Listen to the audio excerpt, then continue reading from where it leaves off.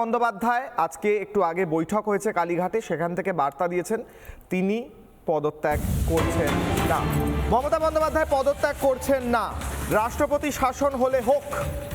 মমতা বন্দ্যোপাধ্যায় সূত্র মারফত জানা যাচ্ছে এমনটাই বলেছেন দলীয় বৈঠকে। বাংলায় সাংবিধানিক সংকট তৈরির চেষ্টা করছেন মমতা, পদত্যাগ করবেন না দলীয় বৈঠকে জানালেন মমতা। সূত্র মারফত খবর, রাজ্যের রাষ্ট্রপতি শাসন হলে হোক, দলীয় বৈঠকে বললেন মমতা।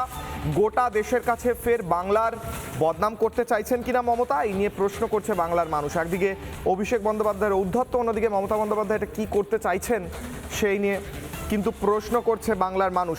আমার সঙ্গে যারা স্টুডিও উপস্থিত রয়েছেন তার সঙ্গেই সৌমেন কারফা আমার সঙ্গে রয়েছেন, জয়ী বিজেপি প্রার্থী এবং বিধানসভায় যেতে চলেছেন। আমি সৌমেনের কাছে যাব। সৌমেন, মমতা বন্দ্যোপাধ্যায় বার্তা দিয়ে দিয়েছেন তিনি পদত্যাগ করবেন না, যদি রাষ্ট্রপতি শাসন হয় তাহলে হোক, তাতে তার কিছু এসে যায় না। আপনার প্রথম রিয়াকশন সৌমেন কারফা? দেখুন, উনি হচ্ছে শিব ঠাকুরের আপন দেশে আইন কানুন সর্বনেশে। ওনার কাজকর্মই হচ্ছে এরকম।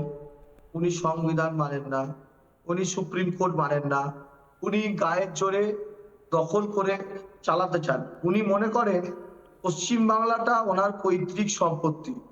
তাই ওনার যে ঔদ্ধত্য, ওনার ভাইপো অভিষেক ব্যানার্জির যে ঔদ্ধত্য, তাই বাংলার মানুষ ওনাদেরকে প্রত্যাখ্যান করেছে। আর উনি এখনো হেরে যাওয়ার পর মানসিকভাবে সুস্থ হয়ে উঠতে পারেননি।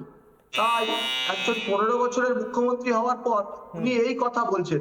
আমরা এই ঘটনার তীব্র নিন্দা জানাচ্ছি। এবং উনি কি করে বলেন যে আমি হারিয়ে, আমাকে জোর করে হারিয়ে দেওয়া হয়েছে? তার মানে এতদিন যখন উনি জিতেছিলেন তখন কি মানে সেই রায়টা মানুষের ছিল না? আজকে যখন হেরে গেছেন তখন বলছেন এটা মানুষের রায় নয়।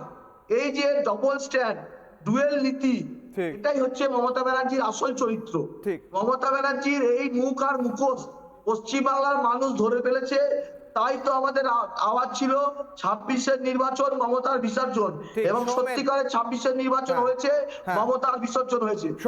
নানা ধরনের কন্টেন্ট দেখার জন্য লাইক করুন, শেয়ার করুন আমাদের ফেসবুক পেজ, সাবস্ক্রাইব করুন আমাদের ইউটিউব চ্যানেল।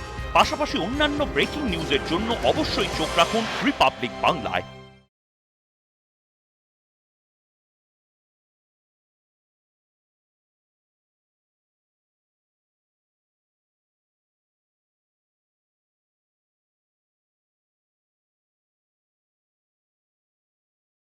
নানা ধরনের কন্টেন্ট দেখার জন্য লাইক করুন, শেয়ার করুন আমাদের ফেসবুক পেজ, সাবস্ক্রাইব করুন আমাদের ইউটিউব চ্যানেল।